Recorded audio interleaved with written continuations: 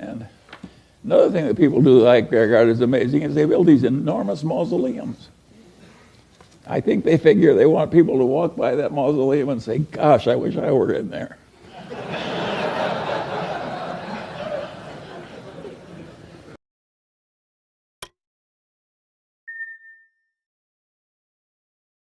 Let me tell you another story that I think is an interesting one about the modern life. But this goes back to a different time. And this man has this wonderful horse. And it's just a marvelous horse. It's got an easy gait and good looking and everything. It just works wonderfully. But also occasionally just gets so he's dangerous and vicious and causes enormous damage and trouble and breaks arms and legs for his rider and so on. And he goes to the vet and says, what can I do about this horse? And the vet says, that's a very easy problem and I'm glad to help you. He says, what should I do? And the man says, the next time your horse is behaving well, sell it.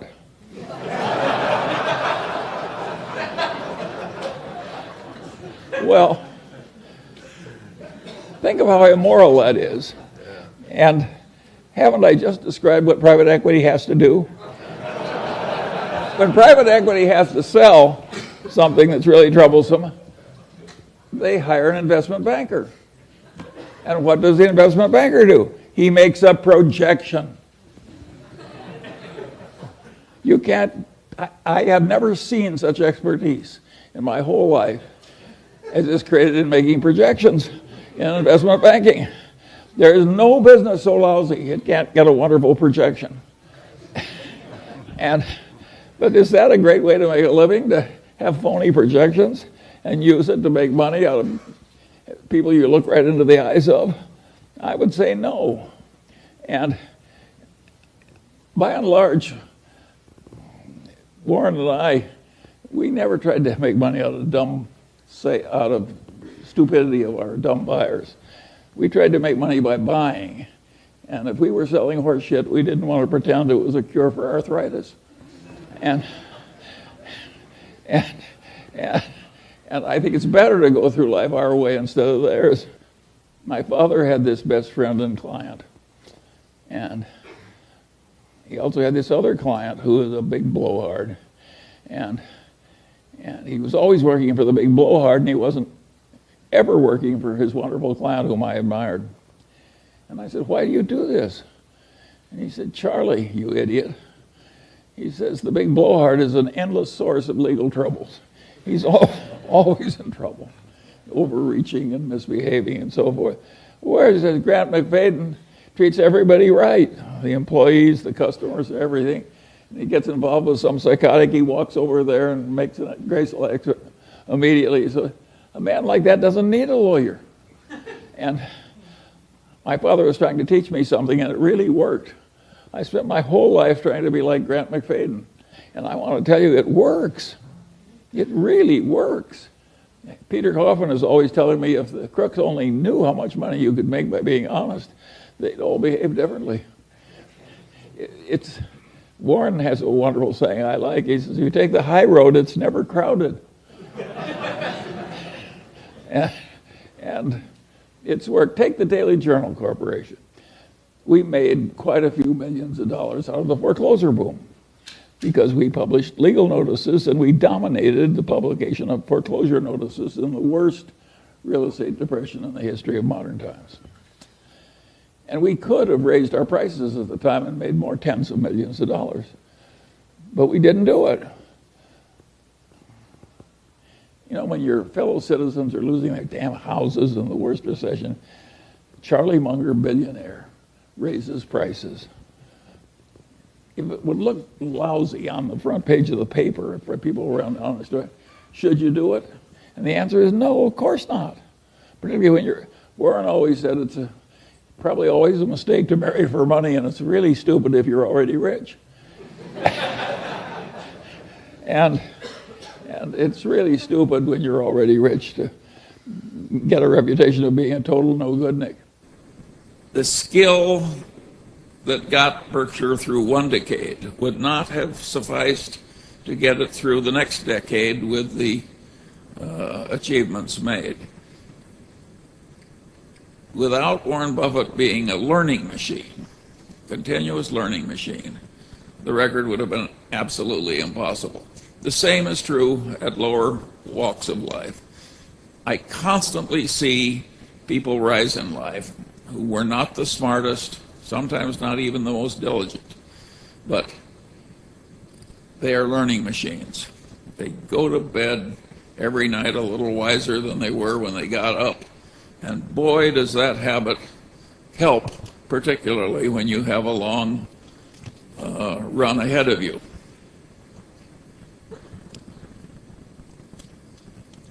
Alfred North Whitehead said at one time that the rapid advance of civilization came only when man invented the method of invention.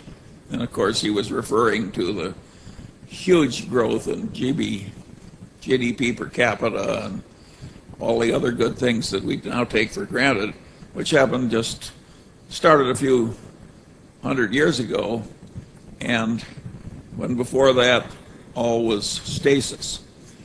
And so if civilization can progress only when it invents the method of invention, you can progress only when you learn the method of learning. I was very lucky. I came to law school having learned the method of learning. And nothing has served me better in my long life than continuous learning. And if you take Warren Buffett, if you watched him with a time clock, I would say half of all the time that he spends is just sitting on his ass and reading. And a big chunk of the rest of the time is spent talking one-on-one, either on the telephone or personally, with highly gifted people whom he trusts and who trust him. In other words, it looks quite academic, all this worldly success. Here's an apocryphal story that is very instructive. A young man comes to visit Mozart. And he says, Mozart, he says, I want to write symphonies. And Mozart says, how old are you? And the man says, I'm 23. And Mozart says, you're too young to write symphonies. And he says, but Mozart, he says, you were writing symphonies when you were 10 years old. And Mozart says, yes, but I wasn't asking other people how to do it. Now there's another Mozart story. Here's the greatest musical talent maybe that ever lived. And what was his life like? Well, he was bitterly unhappy and he died young. That's the life of Mozart. What the hell did Mozart do to screw it up? To make himself, well, he did two things that are guaranteed to create a lot of misery. He overspent his income scrupulously. That's number one. That is really stupid. And the other thing was he was full of jealousies and resentments. If you'll overspend your income and be full of jealousy and resentments, you can have a lousy, unhappy life and die young. All you've got to do is learn from Mozart. You can also learn from that young man who was asking Mozart how to write symphony. The truth of the matter is that not everybody can learn everything. Some people are way the hell better. And of course, no matter how hard you try, there's always some guy that achieves more. Some guy or gal. And my answer is, so what? Does any of us need to be the very top of the whole world? It's ridiculous. Generally speaking, envy, resentment, revenge, and self-pity are disastrous modes of thoughts. Self-pity gets pretty close to paranoia, and paranoia is one of the very hardest things to reverse. You do not want to drift into self-pity. I have a friend who carried a big stack of Lenin cards, about this thick, and when somebody would make a comment that reflected self-pity, he would take out one of the cards, take the top one off the stack, and hand it to the person. And the card said, "Your story has touched my heart. Never have I heard of anyone with as many misfortunes as you." Well, you can say that's waggery, but I suggest that every time you find you're drifting into self-pity, and I don't care what the cause, your child can be dying of cancer, self-pity is not going to improve the situation. Just give yourself one of those cards It's a ridiculous way to behave. And when you avoid it, you get a great advantage over everybody else, almost everybody else, because self-pity is a standard condition. And yet you can train yourself out of it. And of course, the self-serving bias, you want to get out of yourself. Thinking that what's good for you is good for the wider civilization, and rationalizing all these ridiculous conclusions based on this subconscious tendency to serve oneself it's a terribly inaccurate way to think. And of course you want to drive that out of yourself because you want to be wise, not foolish. You also have to allow for the self-serving bias of everybody else, because most people are not going to remove it all that successfully, the human condition being what it is.